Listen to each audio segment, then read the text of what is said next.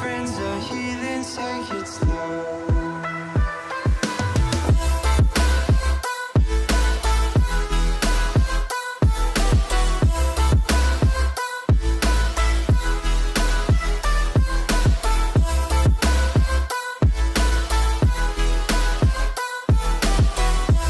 What is up, YouTube? So today, unfortunately, I'm going to an urgent care clinic. I may have broken my left hand or chipped a bone. I don't really know what happened. I went to breakfast after work the other day and I went to go rub my hands together for one reason or another, and I noticed there was a bone in a very weird place. Now, I don't think that you will be able to see it, but you can see what is circled by the red marker and the little dot where the top of the protrusion is at. It is definitely very hard. It is definitely not in the right place. I'm thinking either I got injected by Big Brother with some kind of tracking device, or it's probably that I chipped a bone or possibly broke a section of my hand. So I don't really know what's going on. I am going to go ahead and go to the clinic about it. I really don't like dealing with doctors or hospitals or urgent care clinics or any of that stuff. I like to just let my body heal on its own, and it does a fantastic job of doing that, which is probably why I will get cancer when I'm older. However, we're just gonna roll on with this, and I'm going to, just magically appear at the clinic because I can. Oh, and by the way, if any of you are sitting there thinking, you would know if you broke your hand, unfortunately, I don't know that I would. I don't really feel pain the same way. My body is very good at adjusting to pains once I've experienced it once before. I do work in a steel production facility. I get cut and injured all of the time. Do I notice when I get cut anymore? Nope. It's the same thing with this. I have no idea when this happened. I don't remember hitting my hand on something, although I don't remember not hitting my hand on something. I don't remember when pain started or when it stopped. It's not even really in pain. The only time it gets painful is if I actually touch the protrusion itself and apply pressure. So I actually have no clue what is going on.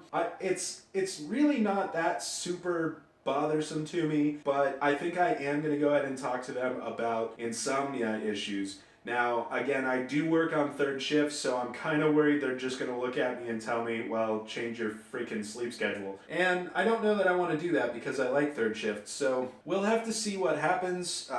I'm essentially only working because I have to because of the Affordable Health Care Act in the United States. So if I got confirmation that that was done and would not apply for the 2017 year, I probably would not maintain the specific job that I have. I would probably go ahead and start up the side, or the business that I've been doing as a side that I haven't really been doing because, my day job keeps me super busy. People I know have problems with their car, and I will generally go and fix their cars because I can, and I do enjoy working on cars. We've talked about the fun car all the time, so I do enjoy working on cars. I know that I could make a lot more money than what I'm making right now if I worked on cars for myself. So if I found out that the Affordable Health Care Act was gone, done, would not apply to 2017, and I wouldn't get a fine for it at the end of the year, I'd probably go ahead and leave my current job. I do need to go ahead and get my sleep schedule under control because my sleeping problems are causing problems for me at work,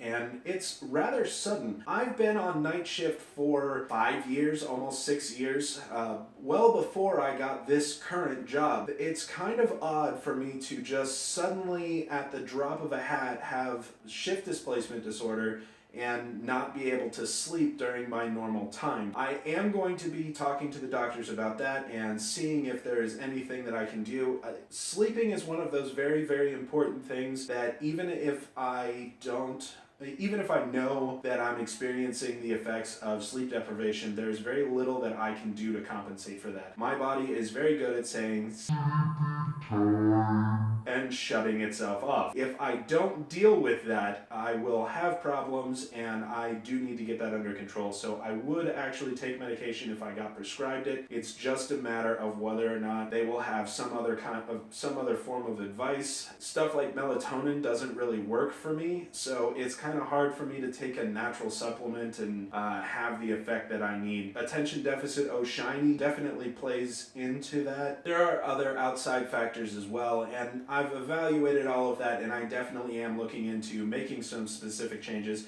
One of those changes that I was making because I thought it would help out with this is the running every day. I changed the alarm that I wake up to from 9:30 p.m.